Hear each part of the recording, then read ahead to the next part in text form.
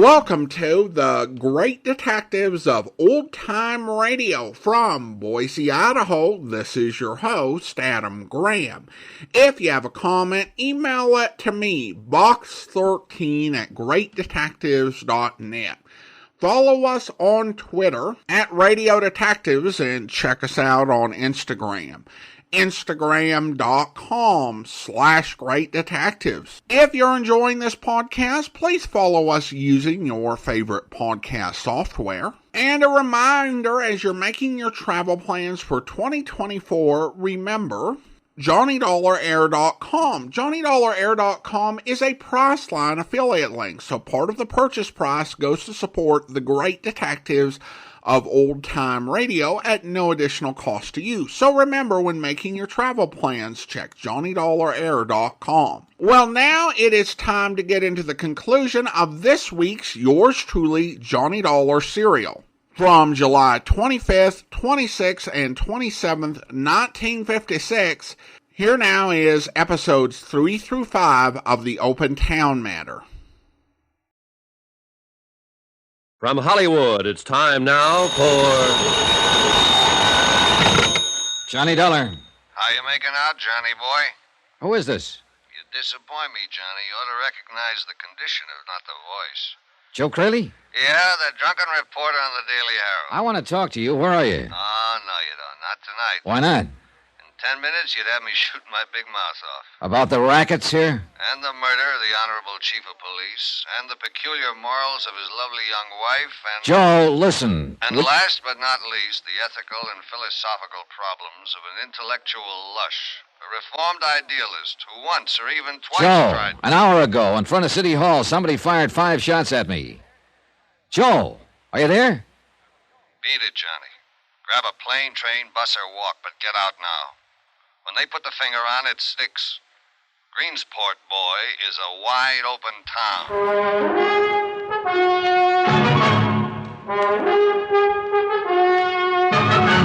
Tonight and every weekday night, Bob Bailey in the transcribed adventures of the man with the action-packed expense account, America's fabulous freelance insurance investigator. Yours truly, Johnny Dollar.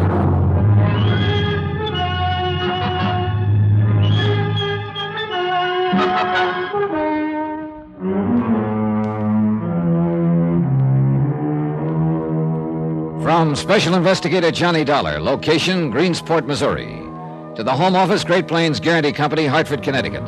Assignment, the Open Town Matter. Expense account continued.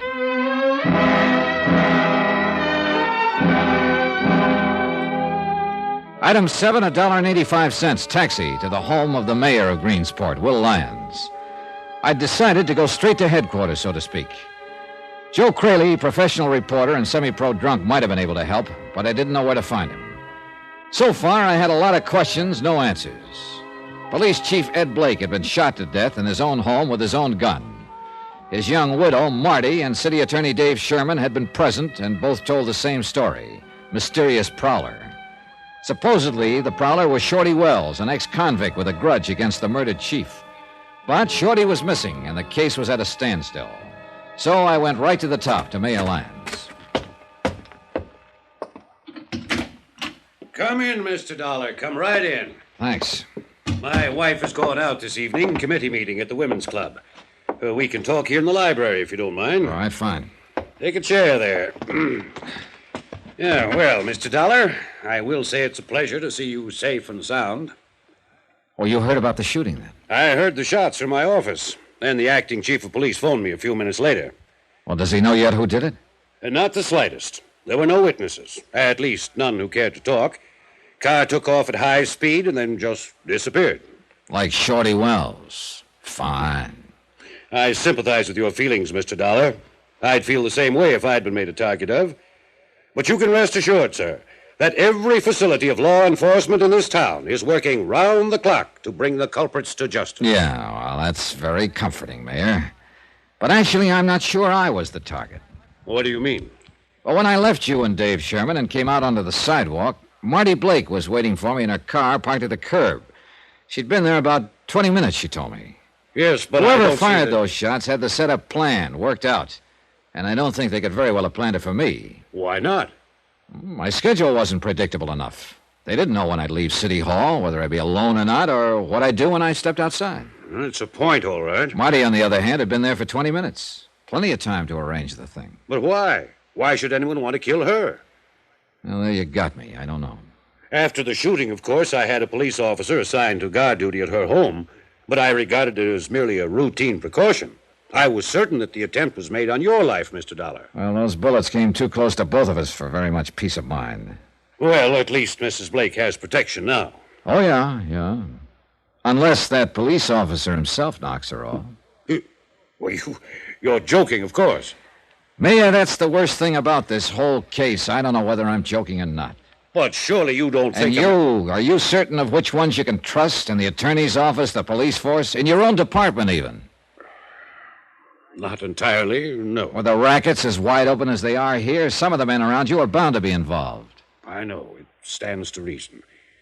Every raid we've ever attempted has been tipped off before we even got started. Blake tried while he was alive. Dave Sherman tried. I even organized 2 myself. Told nobody about them. Brought in state police to carry them out. Same result. Say, what about Blake? He must have been in with the mob to live on that lavish scale he did. I suppose so.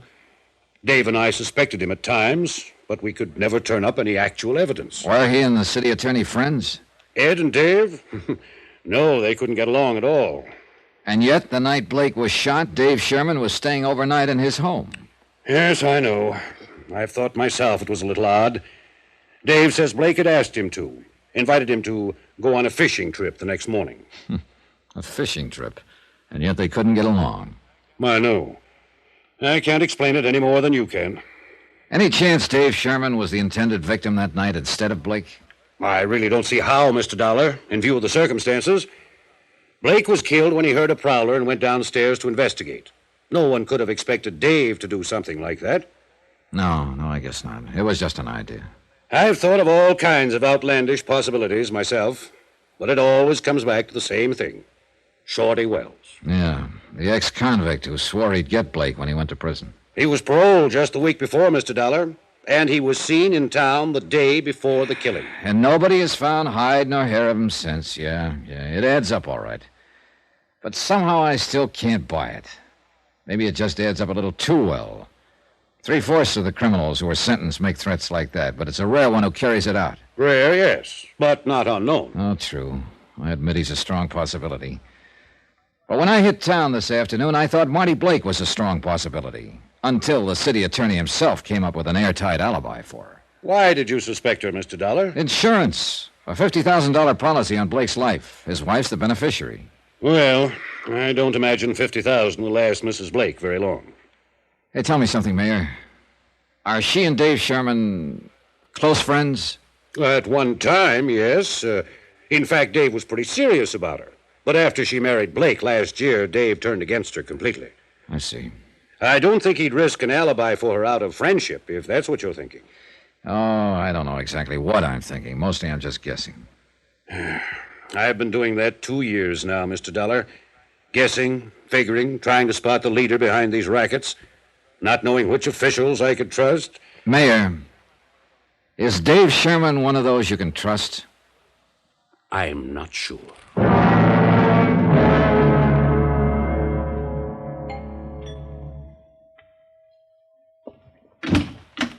Good evening, Mrs. Blake. Well, this is a surprise. Come in, Johnny. Join the party. Thanks. Of course, I'm the party. There isn't anybody else. Except my watchdog sitting out there in front. Yeah, I saw him. Cute, isn't he? I didn't notice. I did. Think that's terrible, Johnny? A girl who's been a widow 4 days noticing another guy. Why not? You didn't care anything about your husband. That's right, I didn't. Here's to all husbands. May they rest in peace. He's a cute cop, all right. You know what? I asked him to come inside and have a drink with me, and he actually blushed and stammered. Now, wasn't that cute? Devastating. Would you blush and stammer, Johnny? No, I'd take the drink. Which I will, by the way, if you don't mind. Here, make me another one, too. All right. What's the reason for this one-woman celebration, Mrs. Blake? I said, what's the... I heard you. And you can call me Marty if you want me to answer you. All right, Marty. Why the lonesome gal routine? It's not so lonesome now, Johnny. Oh. Here's your drink. Used to getting shot at. Shot at how, Marty? Like we were this afternoon? Or like your husband? Everybody can't be lucky. Maybe Ed just didn't live right. Well, he's not living anyway now. I'll bet you know how to live, Johnny. Oh, sure. I got a system. Tell me about it. Well, the first thing I do is hook up with the rackets so I can buy my wife lots of expensive gifts. Why don't you lay off that stuff? Why don't you try being nice for a change? Well, that's not part of my system. I didn't kill him. You know that now. So why don't you relax and be human? Oh, the last time I relaxed around you, I caught the breeze off of 5 bullets. You're breathing, aren't you? I might not be if they'd been after me instead of you. So you're still on that kick? Oh, it figures, Marty. I'm no threat to anybody, not yet. I don't know enough about this mess. And you're saying I do, I suppose. I think so. Now, who'd want to get you out of the way, Marty? To keep you from talking, maybe. Don't you ever give up. All right, tell me this. Did Dave Sherman really see that shooting? Or is he just giving you an alibi? Why don't you ask him? Or is he giving himself an alibi by any chance? You're crazy. Maybe. Where's Shorty Wells? What? I said, where is Shorty? I heard what you said. Well, then suppose you tell me. Get out. What are you so upset Get about? out of here right this minute. Get out, or so help me, I'll throw Take the... it easy, Marty. What's that cute cop going to think? I don't care what anybody thinks. You get out of here and get out fast.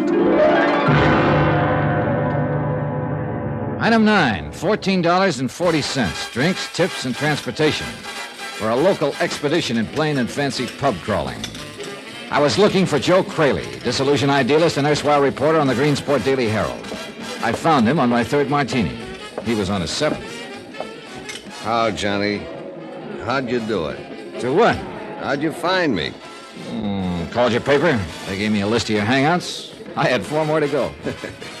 A reputation is a wonderful thing. Keeps you from staying off the straight and narrow. He's looking at you. Right. Joe, tell me about Marty. Tell you what about her? Everything you know. What for? She's got an alibi. Oh, yeah, I know all about that. But you still won't give up. Well, she hates champagne, but she always orders it. Why? Because it costs more. I see. She's every man's dream, Johnny. A pink and gold doll in spangled tights, and she's a 4-star tramp. She's an ex-dancer, isn't she? She's an ex-lot of things. Ex-girlfriend of Shorty Wells. Ex-girlfriend... Girlfriend of Shorty Wells. Sure. Ed Blake took her away from him. That's why Shorty threatened to kill him. Said Blake was framing him. Maybe he was, I don't know. Anything could have happened with the police they got in this town. Crooked? Is that what you're trying to say? Some of them are that. The rest of them are useless. Like that business with the gun. What gun? That Ed Blake was shot with. They found it lying beside his body, his own gun. They just assumed he'd shot it out with the killer. It was 2 days before they realized he'd been shot with that gun. That Blake hadn't used it, the killer had. Wait a minute. Do you think Shorty Wells and Marty could have planned the thing together? Johnny, I wouldn't put anything past that dame. Why do you hate her so much, Joe? Guess again, my friend. I don't hate her. I'm in love with her, always will be. Joe. Yeah, before she met Shorty Wells, she used to be my girl. Gives you something to think about, doesn't it, Johnny?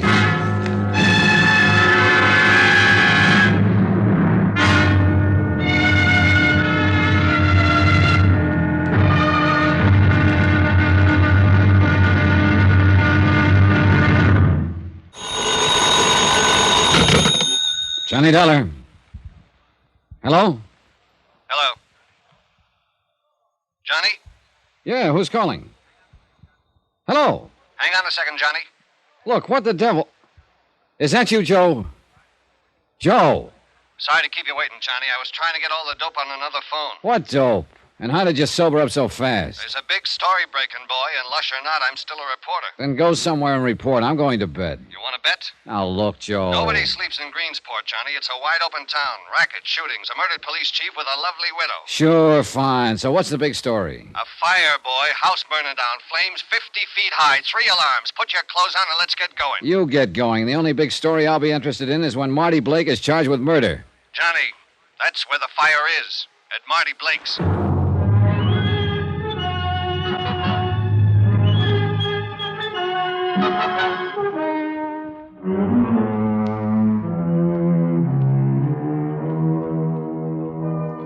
From Special Investigator Johnny Dollar, location Greensport, Missouri, to the Home Office, Great Plains Guarantee Company, Hartford, Connecticut.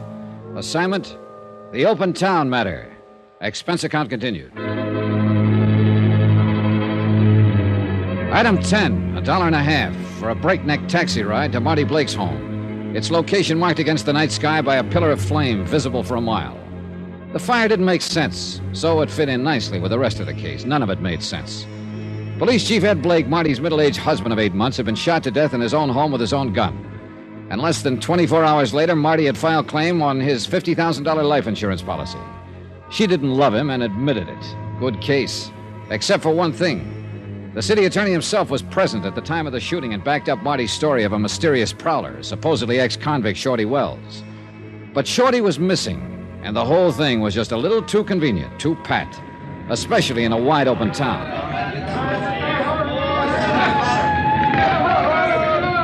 Joe Crayley was going to meet me at the fire, but I didn't see him around. The flames had taken a strong hold, and the whole outside of the house was blazing. The firemen couldn't do much except try to control it, keep it from spreading, and to hold back the crowds that had collected on the street and lawns. Well, how do you figure this one, Mr. Dollar? Among others present was City Attorney Dave Sherman. Well, you wanted to get things stirred up. Well, they seem to be stirred, all right.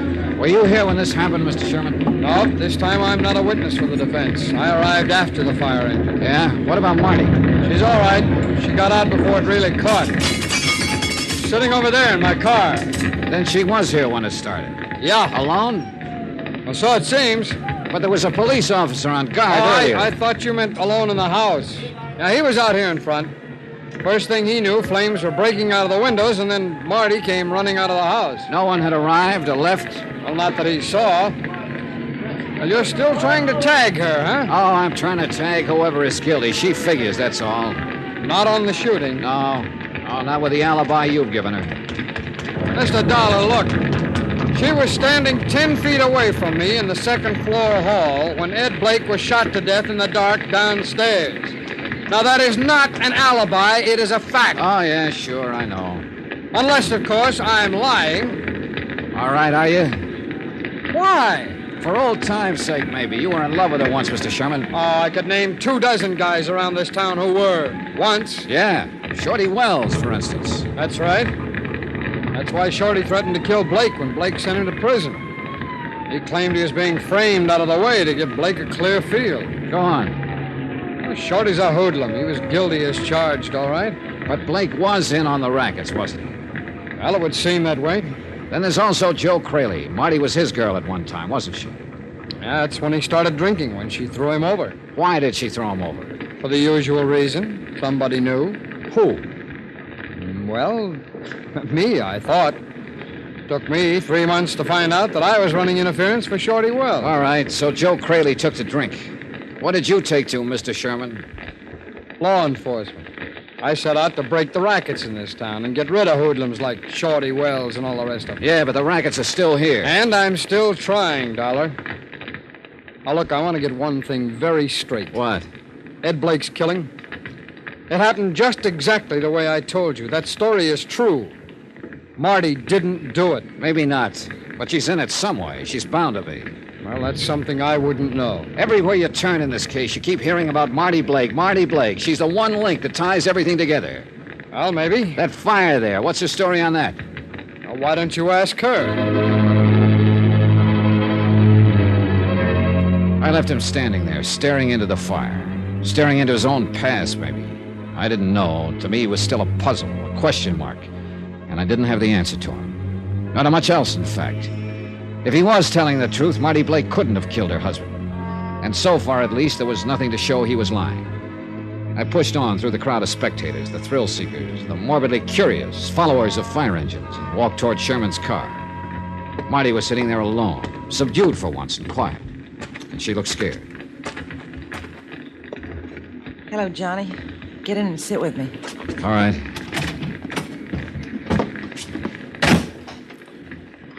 Just look at it. Isn't it terrible? Yeah, it is. It'd be worse if you were in it. Well, I was when it started.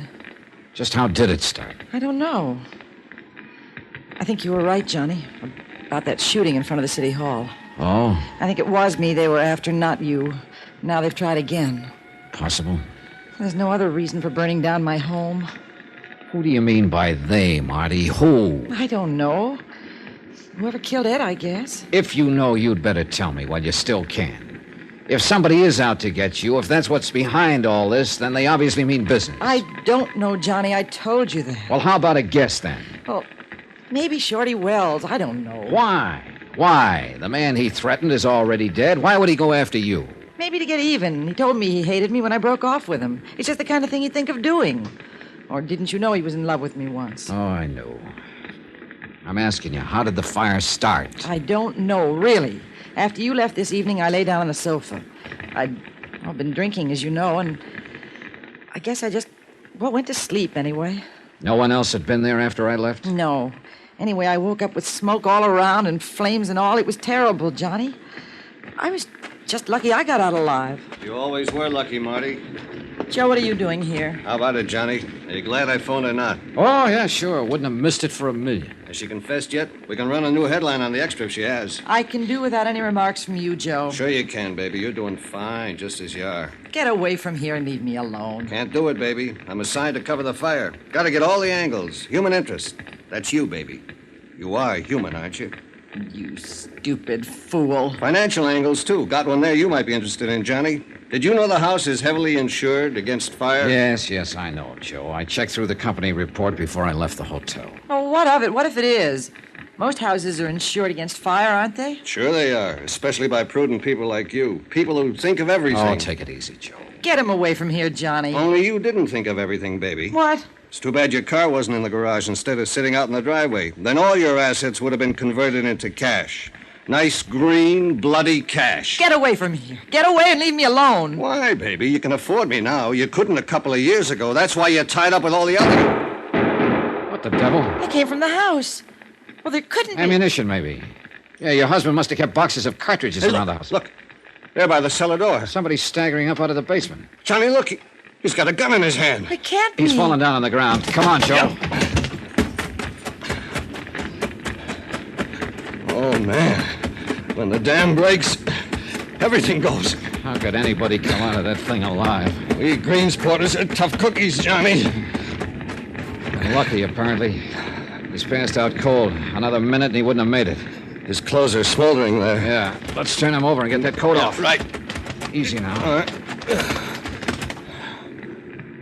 Oh, good Lord. What's the matter? This is the boy everybody in town has been looking for. Shorty Wells. Room 604. Greensport City Hospital. Time midnight. The time when the pulse of living starts to slow down. The beginning of the quiet time, when the city sleeps and the nurses and interns walk even more softly. When a ticking clock becomes a drumbeat in the ears of restless patients. The time of crises, when battles for life are fought in silence and won or lost. A battle like that was being fought in 604, witnessed at the moment by myself and City Attorney Dave Sherman.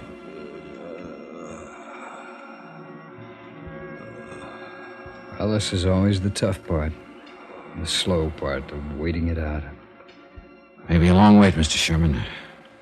Nearly 3 hours, and he still hasn't regained consciousness.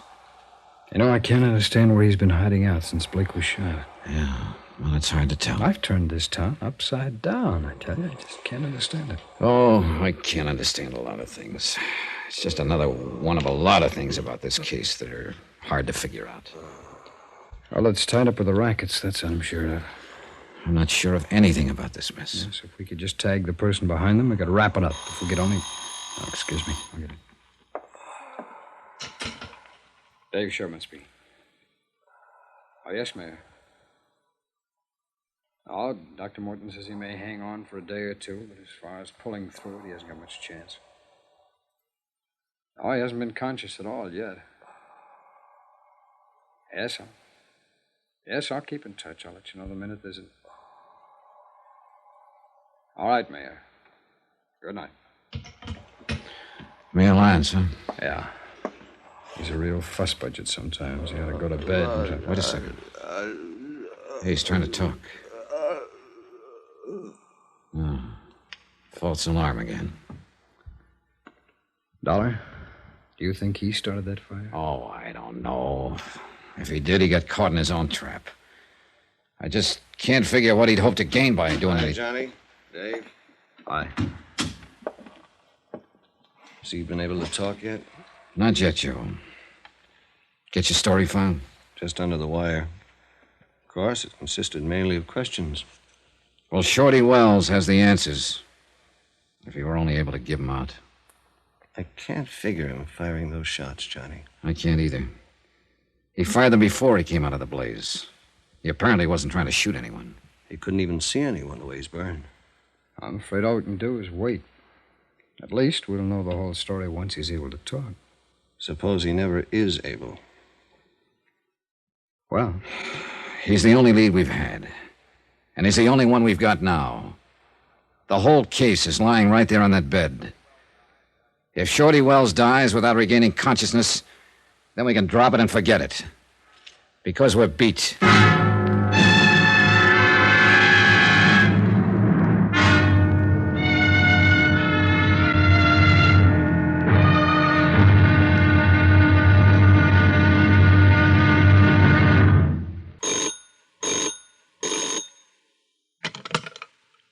Johnny Dollar.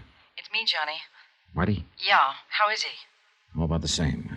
Dr. Morton just gave him another transfusion. Has he been able to say anything yet? He hasn't even been conscious. Why, Marty? Well, who's there with you? Joe Crayley and the city attorney. Look, Johnny, I've got to talk to you right away. All right, go ahead and talk. No, not on the phone. All right, it's room 604, City Hospital. Come on over. Not with them there. Why don't you come meet me? Because Shorty Wells is the key to this whole case. If he's able to talk before he dies, I want to be here to listen. Suppose I tell you I'm ready to talk, Johnny. Are you telling me? I'm in an all-night lunchroom right across the street from the hospital. Can you come over here? All right, Marty. I'll gamble with you. Be there in 5 minutes.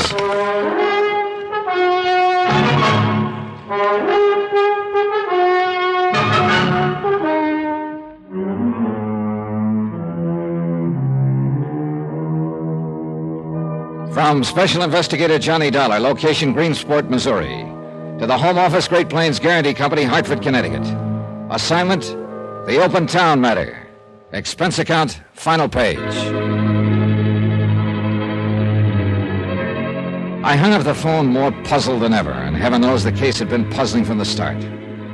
Marty Blake, young widow of the murdered police chief, had been completely uncooperative and unwilling to talk. And now she was reversing her field. Why? Her house had burned to the ground earlier in the evening, and Shorty Wells, number 1 on the city attorney's wanted for murder list, had been found trapped in the flames. Maybe this had something to do with Marty's phone call. She'd been my number 1 suspect at first, since she stood to collect $50,000 as beneficiary of her husband's life insurance. But then the city attorney himself, Dave Sherman, had provided her with an airtight alibi, and I'd reluctantly let her off the hook. Now this. I didn't know what she was up to, and I couldn't afford not to find out. Something up, Dolly? Well, that was Marty Blake, Mr. Sherman. She's in a lunchroom across the street. She wants to see me. Oh, what about? She didn't say. Well, go ahead and talk to her if you want to, Johnny. I'll call you if Shorty starts to regain consciousness. All right, thanks, Joe. I'm sticking right here myself. This one I'm going to follow personally. Well, if you really want to break the rackets in this town, your answer is lying right there in that bed, Shorty Wells. I think you're right, if he's ever able to talk. And if your police laddies don't fall over their own feet again, the way they did on that gun business when Ed Blake was shot. That mistake was partly justified, Joe. It was the chief's own gun that was lying beside his body. It was natural to assume that he'd exchanged shots with a prowler. Yeah, but 2 days to realize he'd been shot with his own gun. All right. They fouled up, I admit it. And the ones who aren't stupid are crooked. Every raid you try to pull has been tipped off from the I inside. know it. Even when Mayor Lyons brought in state police, the whole plan was tipped. Which you took great pleasure in pointing out in your news All right, story. you guys, look now. I'll leave you two to settle this. Stick on this guy like a leech. And if he shows any sign of coming to and talking, let me know right away, will you? Yeah, we could. Yeah. I'll see you later.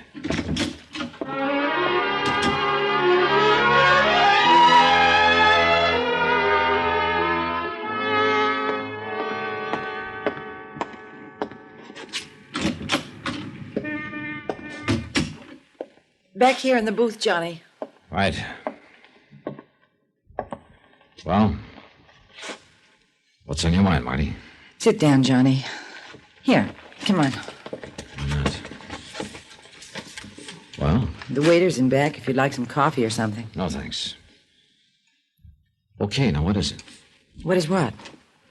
You had to talk to me right away. How I talk? Johnny, I'm not too hard to take, am I? No, you're a pink and gold doll. Wild honeysuckle and a handful of stars. At least that's what a couple of guys said today. I don't care what a couple of guys said. What do you say, Johnny? I guess the description fits, as far as looks are concerned. And if that's all you want to talk about... No, wait, Johnny. I'm in the clear on this. You know that. The night my husband was killed, I've got an alibi nobody could shake, right? Well, I'm pretty well convinced you didn't pull the trigger, if that's what you mean. And you could convince the insurance company, too, couldn't you? If you would. Oh, yeah. Yeah, they'd go pretty much in my reports. But I don't see... Why don't we get this settled and over with? Why don't you be nice, Johnny, and turn in a real good report?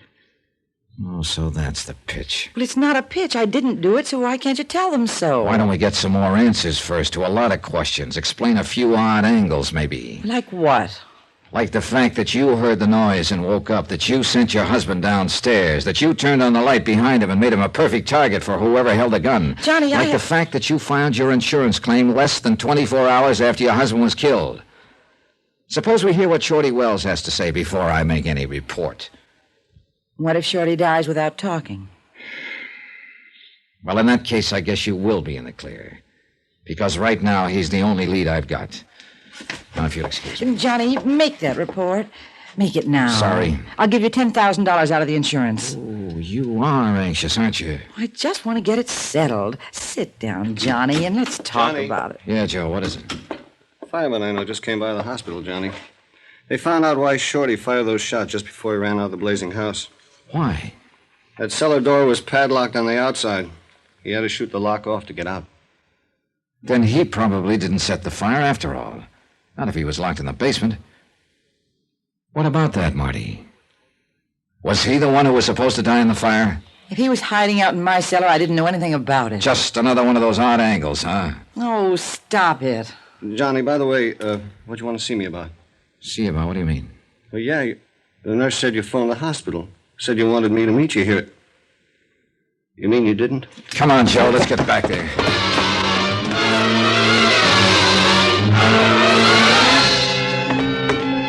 Sure, that's why she wanted me to meet her there, to get me away from that room. And somebody phoned and got you away. Elevator's coming down now, Johnny.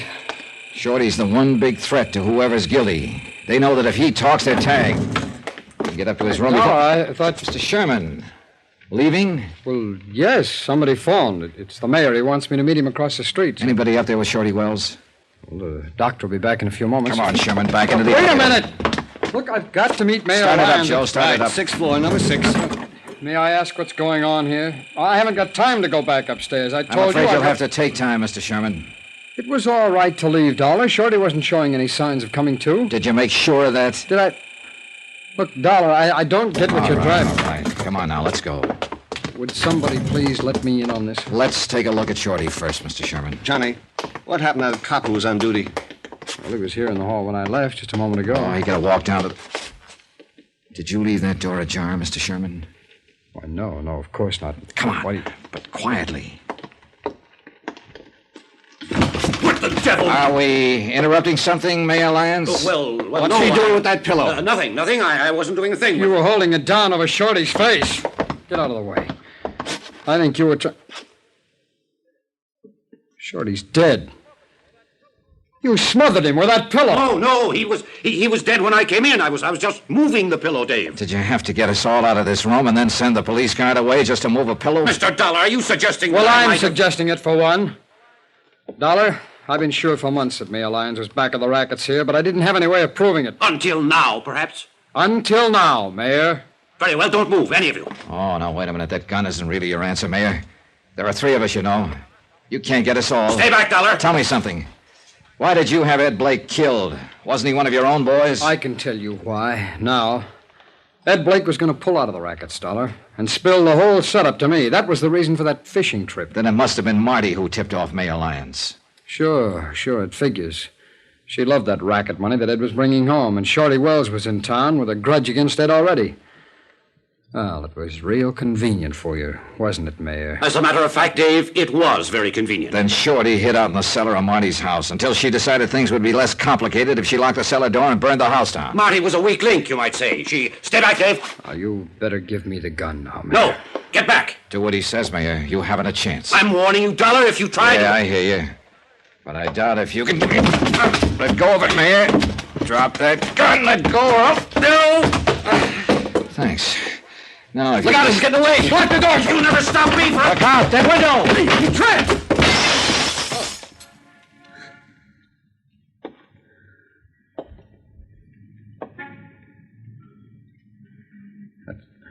That's 6 floors down. Yeah. Well, he got out of being prosecuted.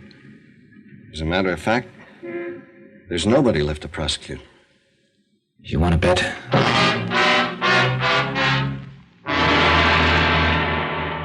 She was still sitting there in the lunchroom across the street from the hospital. And she'd heard what had happened. I knew it the second Dave and I walked in, from the half smile of triumph on her face, and from the way she greeted me. Too bad, Johnny. You should have taken my offer because I don't need your help now. Your company's going to have to pay off. I'm really in the clear now. You are, huh? And poor Dave, with nobody left to prosecute. He still has you, Marty. Accomplice to your husband's murder. Johnny. Shorty died without talking. Mayor Lyons is dead. No witnesses, no case. Sorry, Marty. There is a witness. Oh? Who? You. What are you talking about? What's that paper? Well, you intended it to be an insurance claim. But actually, it's more of a confession. Signed and witnessed. What? You were over-anxious, Marty. And you filled it out in complete detail. It says, "We found my husband's body at the foot of the stairs." That's right. That he'd been shot and killed with his own gun. Well, it's true, isn't it? That's what happened. Yeah. But this claim was in the main office of the insurance company less than 24 hours after your husband was killed. The police didn't find out he'd been shot with his own gun until 2 days later. Real neat confession, huh, Marty?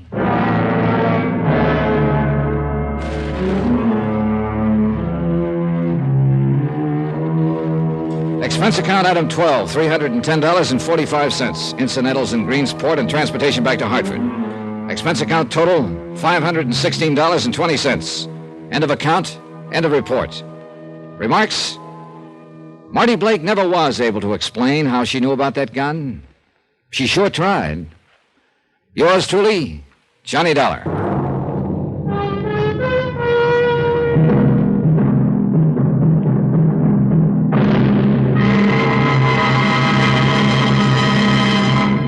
Now, here's our star to tell you about next week's story. Before I do that, please let me say thanks to all of you who are so kind about writing and telling us how much you like Johnny Dollar. It's a very gratifying experience. It's encouragement to all of us who are involved in production of the program, and, well, we appreciate your letters more than you know. As always, I'll try to answer you promptly, but sometimes the mail does pile up. In any event, thanks. Thanks very much for writing. Next week, a yacht that wasn't there and a man who wasn't there. They never were, but that's where I found them. Join us, won't you? Yours truly, Johnny Dollar.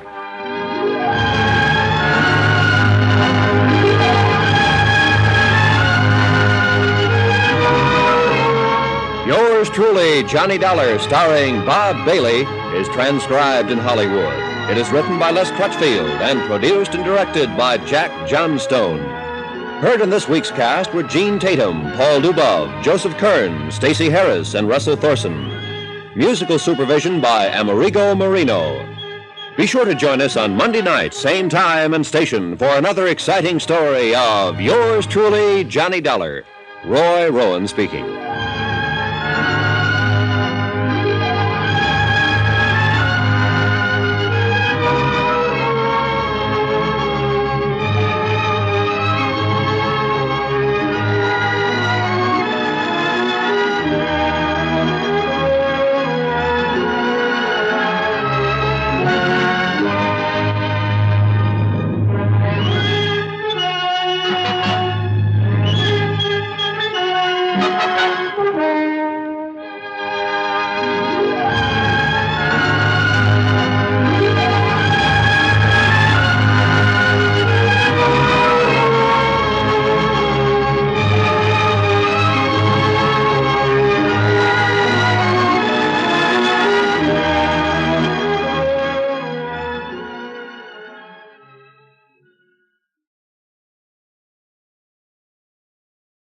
Welcome back. This is yet another story that was expanded from a John Lund episode, in this case, the Dan Frank matter.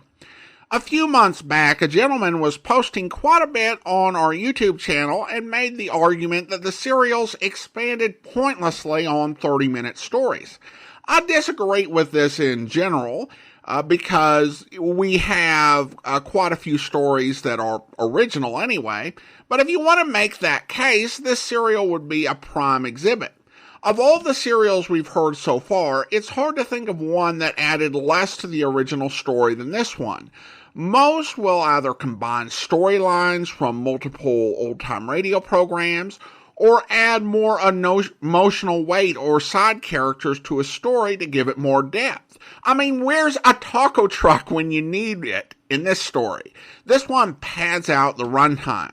We have a lot of recapping and characters kind of circling each other and relitigating their old grudges, particularly over Marty. The story itself is still a solid one in terms of its mystery and plot, but doesn't really do a whole lot with its expanded runtime. I do wonder what was going on behind the scenes on this one. Given that next week's story got delayed by a week, it's possible that Les Crutchfield's script had to be pushed forward because he could really get it finished and just did the best he could, even if the results were not optimal. Shorty's murder at the hospital was a very risky maneuver, but at this point you're dealing with a desperate man in the case of the mayor. I don't think Marty was desperate. I think she fully expected how things would play out. Only being surprised that her own eagerness in filling out the claim form did her in. This makes the mayor's statement about her being a weak link in his plans ironic, since I think he was probably the weak link in hers.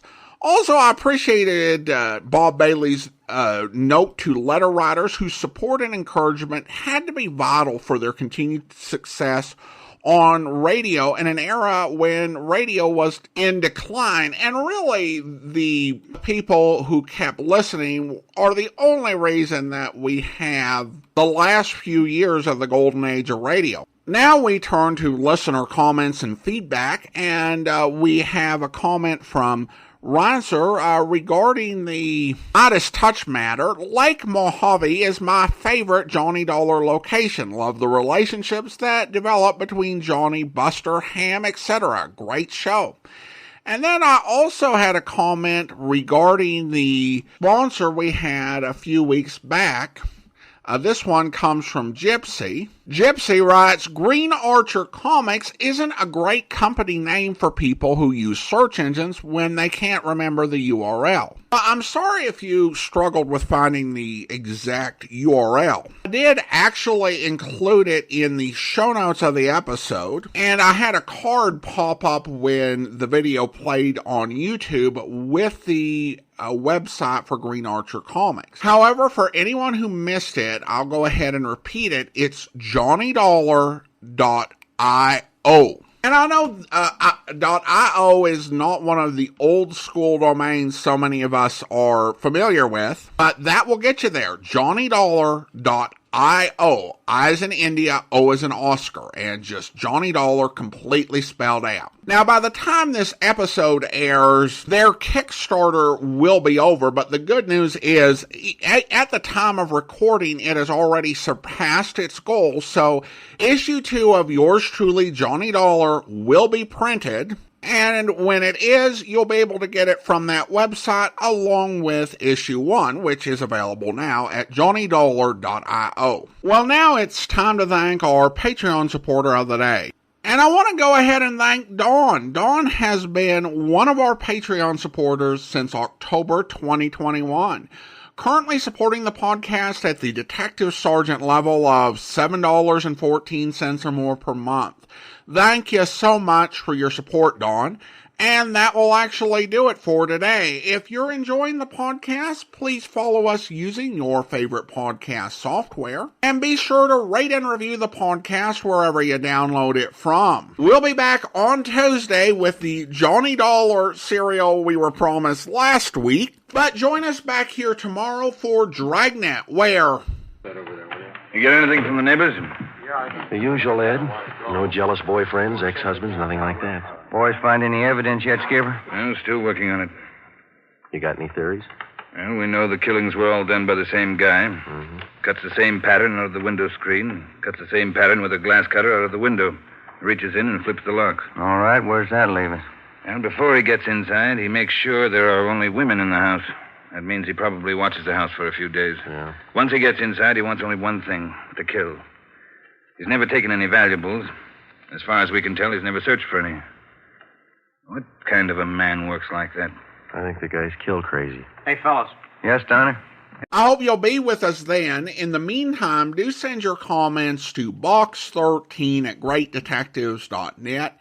Follow us on Twitter at Radio Detectives and check us out on Instagram. Instagram.com/greatdetectives. From Boise, Idaho, this is your host, Adam Graham, signing off.